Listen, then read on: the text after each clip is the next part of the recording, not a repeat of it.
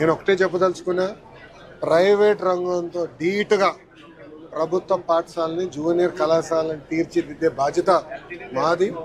నేను స్పీచ్లో కూడా చెప్పా, జనరల్గా ఏప్రిల్ మాసంలో యాడ్స్ పెద్ద ఎత్తున వస్తాయి, ఎవరికి first rank second rank third ranks వచ్చాయని వస్తాయి. అట్లా వచ్చే, ఎందుకంటే ఇప్పుడు సమయం మాకు తక్కువ ఉంది, ఆటోమేటిక్గా రిజల్ట్స్ ఇంప్రూవ్ అవుతాయని నేను భావిస్తాను. అంతేకాకుండా వచ్చే సంవత్సరం నుంచి వాళ్ళతో ధీటుగా పనిచేసి ప్రభుత్వ జూనియర్ కళాశాలని బలోపేతం చేసే బాధ్యత మన ప్రభుత్వం తీసుకుంది. ఇప్పుడు మీకు ఏమైనా ప్రశ్న ఉంటే దానికి సమాధానం చెప్పిన అదే వచ్చే సంవత్సరం నుంచి పాఠశాలలు ప్రారంభించే ముందర తల్లికి వందనం అనే కార్యక్రమం అమలు చేస్తాం.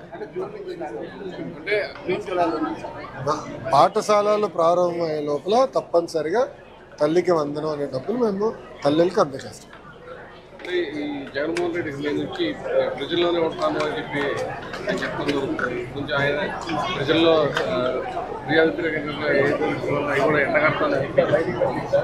ఇప్పుడు గత ప్రభుత్వంలోగా ప్రజల వ్యతిరేక ప్రభుత్వం మాది కాదు.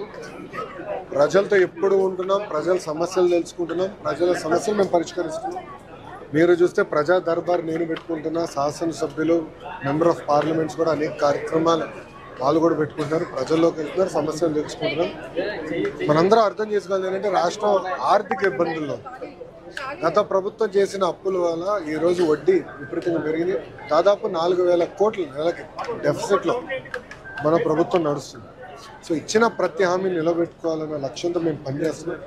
మీరు చూస్తే భారతదేశంలో ఎక్కడ లేని విధంగా పెన్షన్ 4,000 రూపాయలు అందజేస్తున్నాం, వికలాంగులకు 6,000 రూపాయలు అందజేస్తున్నాం. భారతదేశంలో ఏ రాష్ట్రం చేయట్లేదు. అన్న క్యాంటీన్ మూసేసిన అన్న క్యాంటీన్ తెరిచి మళ్ళీ మేము ప్రారంభించాం. ఉచిత గ్యాస్ పథకం కూడా 3 గ్యాస్ సిలిండర్లు ఏదైతే హామీ ఇచ్చాం అది కూడా అమలు చేస్తాం. అట్లా ఇచ్చిన ప్రతి హామీ ఒక పద్ధతి ప్రకారం నెరవేర్చుకుంటాం. ఇప్పుడు గౌరవ పులివెందుల ఎమ్మెల్యే గారు ఇప్పుడు ప్రజల్లోకి వస్తూ అప్పేం లేదు, రావచ్చు అంటే 5 సంవత్సరాలు ఎవరు కంపట్ లేదు, ఇప్పుడు వచ్చి తిరుగుతారు. అంటే ఇప్పుడు వరకు